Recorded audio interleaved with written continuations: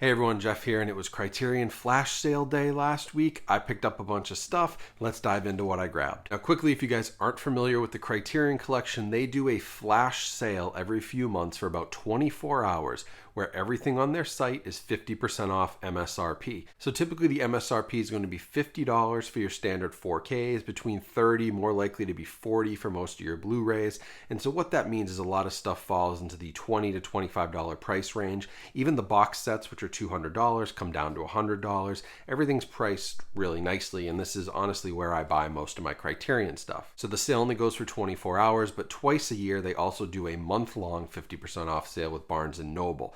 This time, this was the 24-hour deal, so I got on, I made a quick purchase before things went out of stock, and I grabbed 8 titles, spending about $200 in total. So let's dive into what I got, starting with the one that I was most excited about, and it's Todd Browning's Freaks. I've been asking for this movie to come to Blu-ray literally since I started collecting Blu-ray.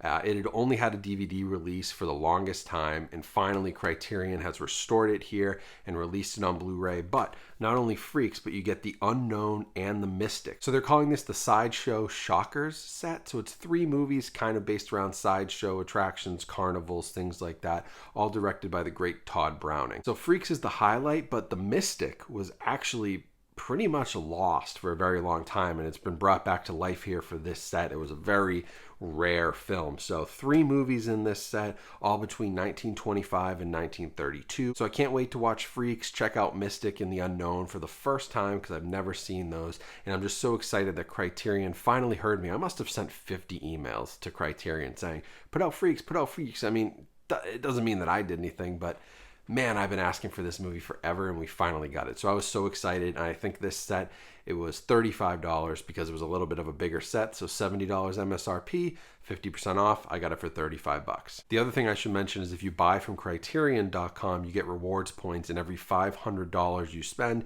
you get a $50 gift certificate back. So it's like getting 10% off on top of the 50%, which I actually hit as part of this sale. So the next time a flash sale comes around, I have a $50 gift card to use. So that's a super cool reason to buy direct from Criterion, but Barnes & Noble is also a great place to get these. Next film I got is Letter Never Sent on Blu-ray. This was a $30 price tag, so I got it for $15. This was recommended to me by Ted Sullivan. I did a podcast with him about the WGA writers' strike. So it's a Russian film. He recommended it. I'm going in completely blind. I know nothing about it, but based on the other recommendations that he brought up, I have high hopes for this one. So for $15, that was a steal for a Criterion Blu-ray. So those were the Blu-rays I bought, and everything else I bought is in 4K. A couple of these are upgrades, a couple of these are brand new, but they're all 4K discs, starting with Akira Kurosawa's Dreams. I never purchased this on Blu-ray, but people have told me that they think I would like it. I guess it's like an anthology. It's got different stories from Japanese folklore. It's, I guess, based on Kurosawa's dreams. His own nighttime visions inspired all of these. So it's like 2 hours long, Japanese film. Kurosawa's amazing.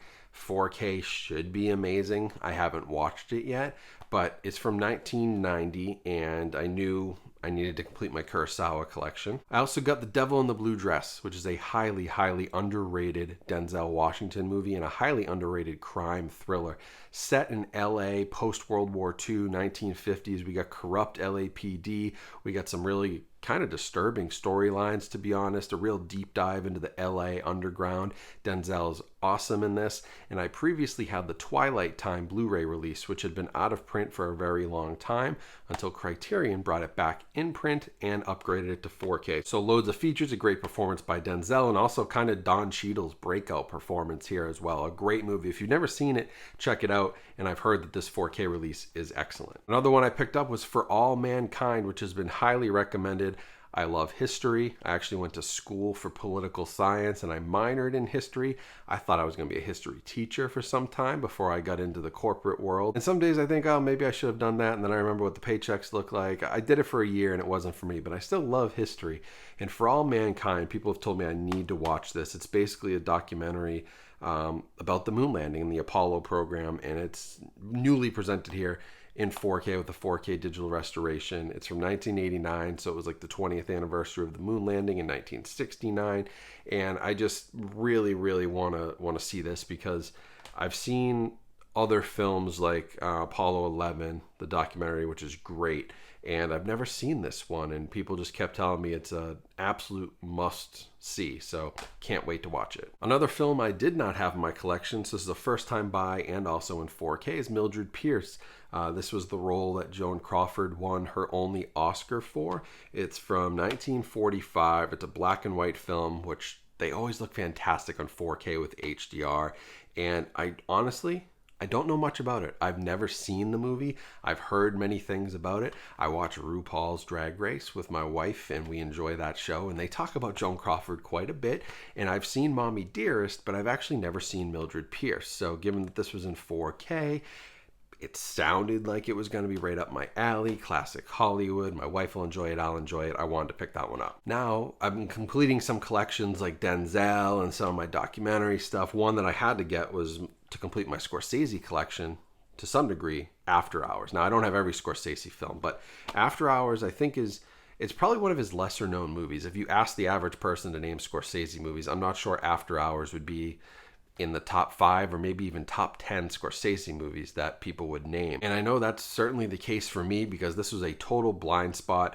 in my viewing history. I've never seen it, so another blind buy. I guess it's got some real like 80s Hollywood vibes. I don't know anything. I'm gonna go completely blind into this one. All I know is people said it's a must-have disc and a great movie that everyone should watch. So we're going to watch it. We're going to see what I think about it, but I'm just happy to own it in 4K. And then the last one I bought is Tho and Louise. And if you watched my last Criterion Flash Sale update, you're probably saying right now, wait, didn't you already buy that? And you're 100% correct. And because I'm a dumbass who doesn't look at his movies, which are right on the shelf, my Criterion shelf is right here behind me, and I was buying the movies on this computer right here in front of me. And I didn't turn around and notice that this was already on the shelf, so I bought it again. And I wish I had gotten Don't Look Now instead, but I was trying to stay under $200, and I'm such an idiot for buying it twice. But needless to say, it's going to go up for sale in my next Whatnot sale. Somebody else will get it. I already have a copy on my shelf. And in the next flash sale, I'll get Don't Look Now, because that was really a close second on my list. But yeah, Tho and Louise, a great film, a great 4K restoration there by the Criterion team, and one you should certainly check out. But I wouldn't necessarily recommend buying it twice like I did. That's just having a big collection. That happens from time to time. No matter how well you track your collection, you're going to forget to look and just be like, oh yeah, I missed that one. I need to buy it. And then you get doubles. So that's what I picked up. I'd love to hear what you guys picked up. And if you want to stay up to date and be notified on when these flash sales happen, I try to post about them every time they happen, either on YouTube, my Instagram, Twitter, Facebook. I try to throw it out there for everybody. Barnes & Noble tends to happen twice a year. I believe we have one coming up maybe in November. So if you want to make sure you don't miss anything like that, follow me on social media and make sure you're subscribed here to the channel so you don't miss any of those updates. And if you want any more Criterion Collection recommendations, I have some on my channel. I know that there are other great Criterion collectors out there like Dice K. Beppu. You can check out his channel. I met up with him in LA when I was out there last month. A genius gentleman who knows all of his film and knows the Criterion Collection back and forth. Actually has every Criterion Collection release ever released to date. An insane collection.